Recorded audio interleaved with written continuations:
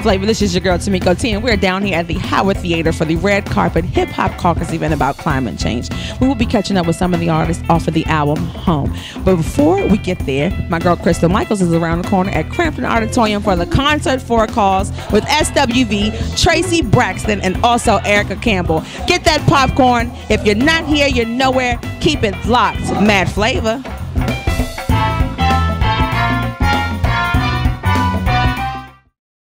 Africa, a land of many voices, cultures, and opportunities. People who are innovative and optimistic. And yet, hunger persists in many African countries. It's a problem we can solve. Together, we can support programs that help hungry people in Africa. Tell your pastor. Remember, I am my sister. I am my brother. Recruit new voices. Have faith. End hunger.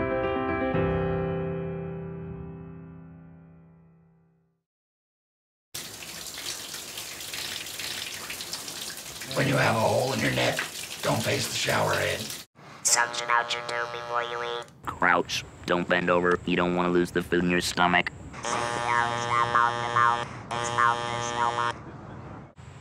Don't use spray paint. Be very careful shaving.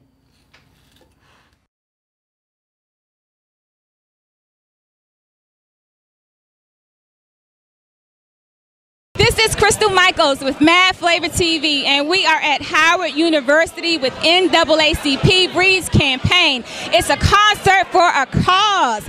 We have coming up Traci Braxton, we have Erica Campbell with Mary Mary, and many more, so keep it locked.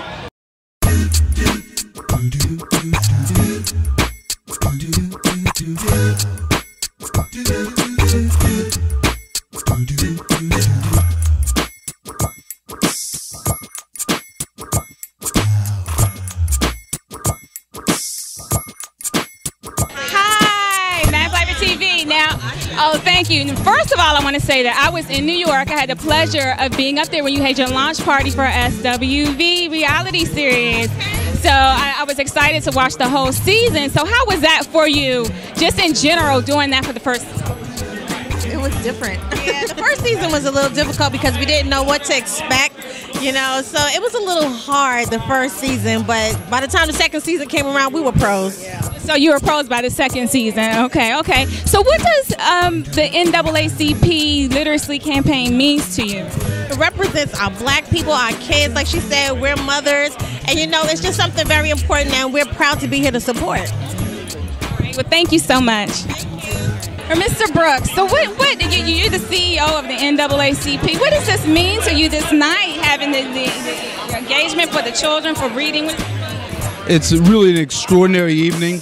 When you think about the beauty and brilliance of our children, NAACP Reads is an opportunity to literally lift them up, highlight them with all of this talent, all of these students, all of these young people who've come together to celebrate reading and celebrate literacy. It's really a phenomenal evening. Okay, well, I have a question. Do you have any comment as far as the way the kids are texting today, where they're just making up their own language?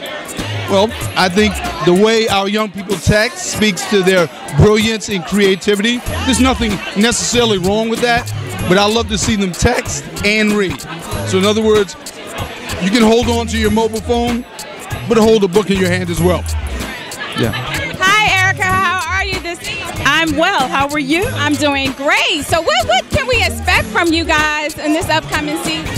Ooh, well, it's how we recover, because season 3 was pretty crazy, and season 4 is how you come out of a problem.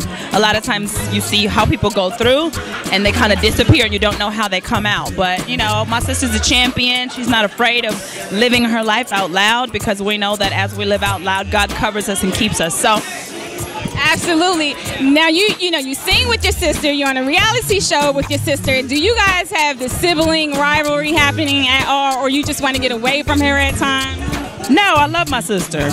we fight, but I love her. You know what I mean? And my mom raised us to be consistent with that love. Even if we had arguments when we were little, my mama would make us hug. We couldn't go to the room and slam the door and say I'm not talking to her. We would never be at the dinner table and nobody talking to us. My mama didn't play that. So as you grow older, you learn how to get through conflict. You understand that there will be hard conversations and hard times, but love and family stick together. I think that's the only reason I'm able to do what I do today is because of the love and strength of my family. Absolutely. And what does the NAACP Read Campaign mean to you right now? Oh, this Read Campaign means everything. I think if you look at the nature of our educational system, it lets you know how necessary it is. I just read a few text messages and see how much people misspell stuff. It's needed, you know what I mean? And it needs to be loud. It needs to be a campaign that reaches across the board. Sometimes not even just elementary school, but even college and high school need to read more, just so we become more aware of what's going on in our world. It expands the way you think and what you do when you read. You know what I mean? You can take a little adventure in your mind when you read, and I think it should be encouraged. So I'm glad to be here tonight. Hi, Traci. I first want to say that you are absolutely beautiful, and you are my favorite Braxton. My absolute favorite. So how was it for you last season in filming and all of that? Oh, wow. Secretly, I didn't tell my sisters until later to Wanda first, because you know she's a secret squirrel. I was in the studio recording. And yeah, it's been a whole year, and after that, throughout that whole year, I signed with a major record label with E1, and I was like, wow, it is crazy. So what can we expect from the album then? Like what? Now, and love, hate, happy times, joyous times, everything like that. We're looking forward to that. I'm looking forward, and I know our audience is. So what does the NAACP Read Campaign mean to you right now? Oh, wow. They do a lot for our communities, especially what is going on today. And we have to band with each other and make sure that we make forces and, you know, and be of one accord instead of being at odds at each other. So, you know, it just means so much to me today. All right, we are here with your girl Alfreda's from the Russ Parr Morning Show. Now, before we get started, how's the baby doing? He's wonderful. He's 6 months, and I hate being away from him. I hate it. I just love him. He's my little munchkin, so. I hear you talking about him all the time. I have kids myself, so I understand. Okay, so now the question comes in with the NAACP Reads Campaign. How do you feel about that? You have growing. Yeah, I have a 17-year-old. I also have a 3rd grader. I also have a 6-month-old who I read to daily. And it's just amazing that a 1/3 of all 4th graders read at such a low level they can't even do their homework. It's pretty scary. Here in D.C., 50% of 4th graders are reading at a really low level. That's really, really horrible. So, you know, we just want to bring awareness to it tonight. We want to do it in a fun way with SWV, with Traci Braxton, with Mary, Erica Campbell. So this is a fun way to bring awareness to literacy. So we're excited. I'm excited to be here. I'm honored to be here. Absolutely. And the last question, I'm sure you get this all the time. Who has been your favorite guest on the show? Favorite guest on the show? Well, I want to say Kanye just because he's cool. Gosh, my favorite guest on the show. I don't even know. I'm sure that was a difficult question. You know, I'll say Kanye, but my favorite person whom I've ever interviewed was Whoopi Goldberg. Whoopi Goldberg. Love her, yeah. All right, well, you guys have to keep it locked weekdays. Obama. I gotta say Obama, right? I meant to say Obama. I meant to say our president. Jeez, that was bad. President Obama's way cooler than Kanye. Okay. All right, well, you guys keep it locked weekdays on the Russ Parr Morning Show with Alfreda's.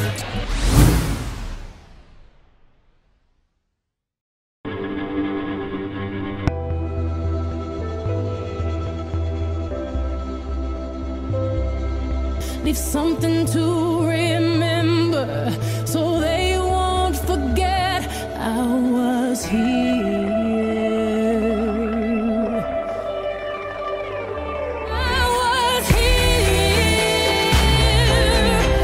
Every child follows a path in life.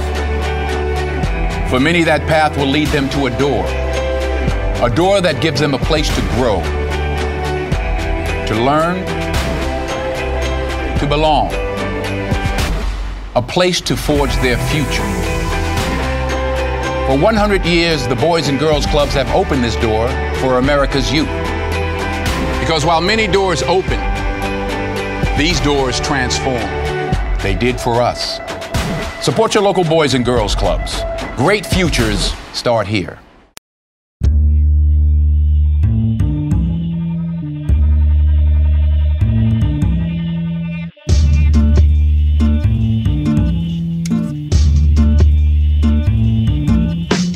MadFlavor, we're here with Mrs. Crystal Waters down here at the Hip Hop Caucus. How are you today? I'm very good. I'm very excited about tonight. So how do you feel about the environment on the climate change and the impact that hip hop could possibly bring to this? I think it's wonderful. I think it's about time. I mean, everyone's been talking about it, but I don't think it's really been brought to the black community's attention about what we can do. So I think this is perfect timing. Perfect. So what can we expect next from old school Crystal Waters singer? I mean, y'all haven't been in the club until it's y'all got to come back to the club. I'm still in the clubs. I just had another #1 last year. I have a new one out now. I actually just did the 20th anniversary of 100%. It's this year. I just remade that. That'll be out at the end of the month. And I have about 3 more singles coming out this year. So tune into any dance station you can. You'll find me there. MadFlavor, we have caught up with Antonique, better known as Little Faith and the Notorious. So now we see you on the Hip Hop Caucus talking about the environmental change. Tell us what type of play we can play in this as a hip hop culture. Well, you know what? Actually, we can play a major role. If it wasn't for the Hip Hop Caucus getting the young people involved with the vote or die, I don't know if Obama might have, he might not have gotten elected. It was the young people's vote and their passion that made that difference. And so it could be the young people's passion and awareness of what's going on with the climate change movement that could actually maybe make a difference in what we're doing. And that's why we did this album. I have the first single, Mercy, Mercy Me, and it's crazy. The song was written over 30 years ago, Marvin Gaye, and they didn't listen to him. But what we're doing now is we're going to make them listen. The words in that song are talking about the same stuff we're dealing with right now. It's worse now than when he wrote about it. And so we're here to make them listen. We're here to make. And that is just major. How is it just like rekindling and introducing Mercy, Mercy Me to a total different generation at this point that we need to touch? It's amazing and sad at the same time. Honestly, it's sad because maybe if they had to listen back then, we wouldn't have these same issues. But it's also amazing because it's a timeless song. I mean, I'd like it to not be timeless. I wish we weren't dealing with this, but it is what it is. And I'm so glad to be introducing it to the young people. And I hope that they really understand what's going on. They understand that it's about poor people. It's about black people. It's about asthma, heart disease, cancer. 4 million people are dying from pollution every year. And nobody's talking about this. It's kind of swept under the rug, but it's up to us to put our foot down and not accept what's going on. I'm wearing Ladok. They're an Australian company. They have a cute boutique, ladok.com. Perfect. Thank you so much for taking the time for MadFlavor. Thank you. MadFlavor, this is the man of the moment, Mr. Reverend Lennox Yearwood, who has come up with this whole entire Hip Hop Caucus. How does it feel to see this all coming together and your message, climate change, getting out? Well, I mean, I'm a part of a bigger movement. I mean, I've been a part of the hip-hop movement for a while, and I just want to make sure to give all those credit who have been a part of Hip Hop Caucus, from the streets to the suites. But I think that this is a moment that I think is important for the hip-hop community. I think that our parents fought for equality, but I think that we are now fighting for existence in the 21st century. This is the issue is very important, not only for climate change, the bigger issue, which is so important for the next generation, but it's important right now with regards to pollution, because they are putting those coal-fired power plants in our communities. Our kids are getting asthma and bronchitis. Our moms are getting cancer. I'm from Louisiana, so having gone through Katrina and having seen our grandmothers drown, then I know that we got to do something about this. And so to be a part with all these artists who can lend their voice, I've been a part of so many movements. I was helped create Vote or Die and Took My Vote with T.I. and 2 Chainz, and those are very important movements. But this movement here, to me, is the one. Now, those are critical. We got to vote. We got to shape policy. But this movement here, in regards, this is the one that I believe in 2114, when none of us are here, 100 years from now, if we're successful and they have clean air and clean water and the planet is stable, then we'll know that we were successful. And then we would have used our cultural expression to form our political experience. What is the first step? I mean, everybody, we hear it, but what can we do as a community to empower the first step? I think that right now there's a lot of things shaping policy. The president has put forth policy to cap the carbon emissions on power plants, so we can support that. We can clearly push our local, federal, and state officials to push more policies to transition from fossil fuels to clean energy, solar and wind. I think as well is that I think that we ourselves can just get more aware. You know, a lot of times the climate movement, they kind of see that sometimes it's a very white, Birkenstock, Vermont movement. I think that we're breaking that. I mean, that's the one thing. We're breaking that tonight, saying no, it's not. It's important to have all of us together, not just white, but black, white, brown, yellow, male, female, humanity fighting for the next generation. Where did the idea for Home come into play to get all of these hip hop, R&B, just artists, period, on one collaboration to form this album Home? Well, you know, I've always been fun with names, so you know, I had Vote or Die, so I had to respect my vote. So Home was actually healing our Mother Earth. And actually, I can't take that. Actually was Malik Youssef. Malik actually came up with that that piece in the studio. So I think that's just something that we wanted, something that would connect to our communities. So that we only got one home. There's no planet B. So you know, that's what we're working with that in that process. So Home is the first step, but I think that hopefully that this will be a long. I'll just say this too. The artists involved in this, what I have seen over my now 15 years when I used to be with Russell and others to now, artists are getting much more engaged. And I think that comes from the people though. The people are demanding that artists are more concerned. So it's not just about selling music or about selling videos, about selling a brand. They want artists. They want to support artists who support them. They want to support artists who care. Now for me, it's a blessing because when I first started in this whole business, you know, with Russell as his book director 10, 12 years ago now, I guess, is that what I found out was that, you know, I didn't have much say and artists just kind of came. And artists were kind of into it just for social marketing, and that was, you know, that was a time. But I've now seen artists like El Varner and Neo who are so concerned. They are transitioning when they really hear what the issue, and they are getting engaged, not because it's just some moment, but it really is building a movement. And that's what's different for hip hop. So when I first did hip hop many, many years ago, it was one thing, but now we're transitioning to a whole nother level. I like that. I like what you're doing, Reverend Yearwood. Thanks so much for the Hip Hop Caucus coming to DC. Thank you so much. Glad to be here. Is that the good side? Yeah. Okay, perfect. MadFlavor, we have caught up with Ryan McDermott, one of the co-executive producers on the album Home. What did you tap into to give us the message about climate change? Sure. Well, I think, you know, music is about, you know, music is a universal medium. It's something that reaches people across all cultures and all boundaries. And the issue that, you know, we're focused on with this project and that we're focused on tonight is probably one of the most universal issues that we could focus on. We're living on a planet that has to have certain conditions to sustain us as people, to sustain us as humanity. So really just tapping into, you know, going back to the basics of, you know, what do we need to, first of all, survive, right? Because if we can't survive, we can't thrive. So we have to have a place to survive in order to thrive. I agree. And so writing for songs for people like El Varner, Neo, I mean, you and Malik Youssef, I mean, you guys have just put this all together.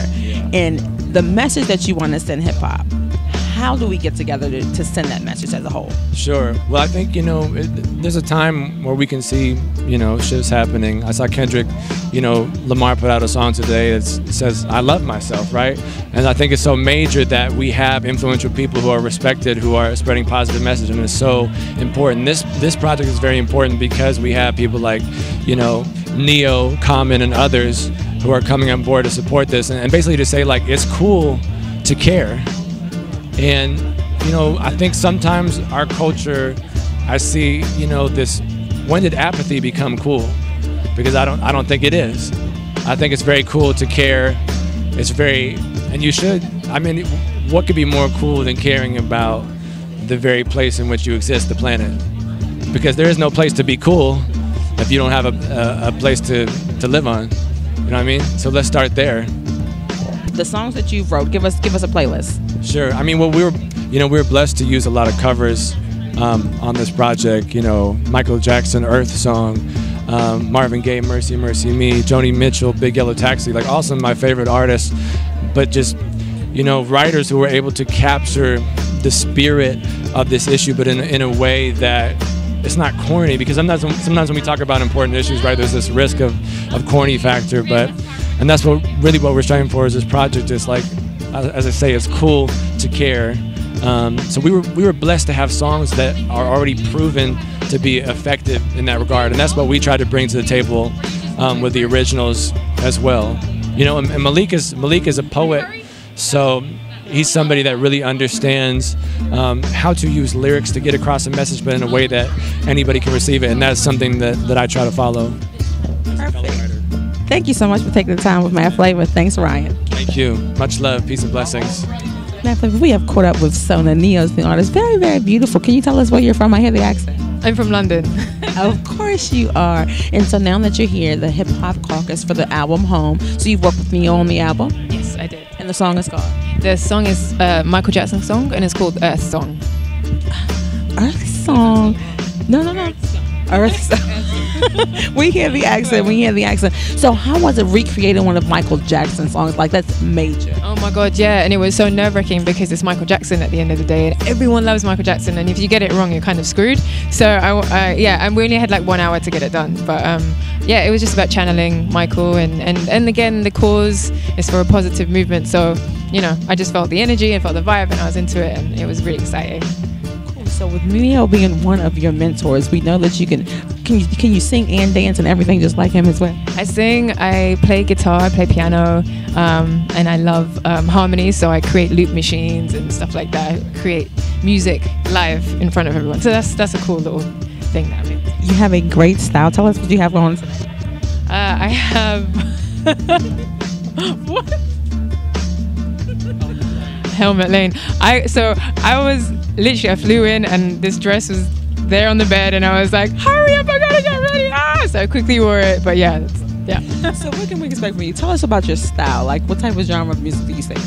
It's kind of like soul, pop, a bit of reggae, and a bit of tribal. So yes. Let us hear something. Give us a little taste of what you have. Oh, okay. On the spot. The sky is blue. I'm having a good day. I'm here with you. There's nothing more to say. There you go. MadFlavor, we got her to sing. Thanks for taking so much time to take us MadFlavor. Thank you. Nice.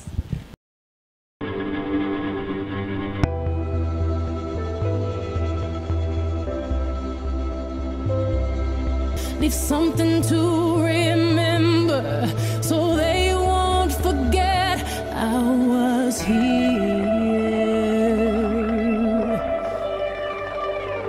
I was here. Every child follows a path in life. For many, that path will lead them to a door that gives them a place to grow, to learn, to belong, a place to forge their future. For 100 years, the Boys and Girls Clubs have opened this door for America's youth. Because while many doors open, these doors transform. They did for us. Support your local Boys and Girls Clubs. Great futures start here.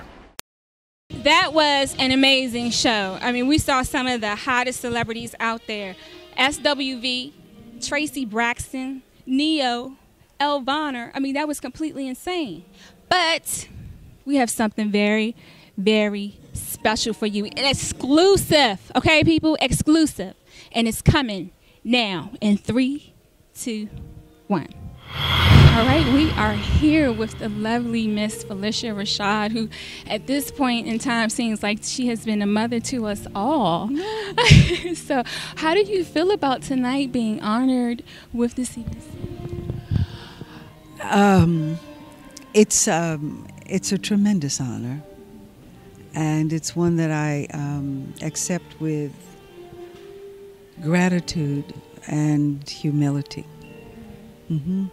Well, let me ask you this question. When you began your journey, did you think that it would explode and expound on America the way that it did, on the world?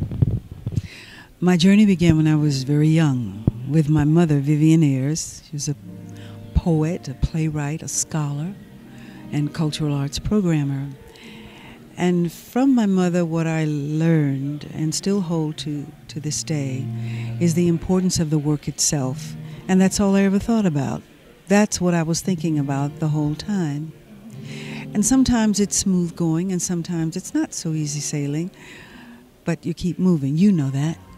Absolutely. So is that the advice that you would give to someone who is up and coming and striving for their goal?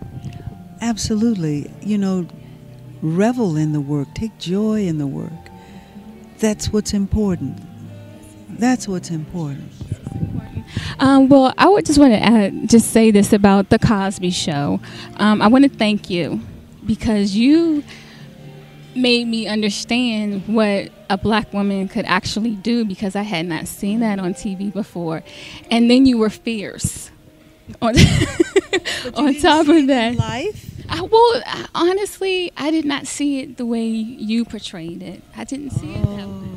I grew up in Southeast D.C., so it was a different. Different. Oh, yes. And neighborhoods didn't kind of commingle, did they? Right. That's a shame. Well, I just want to thank you for that because you also helped my parents in parenting because they did. No, this is serious. They did things a certain way.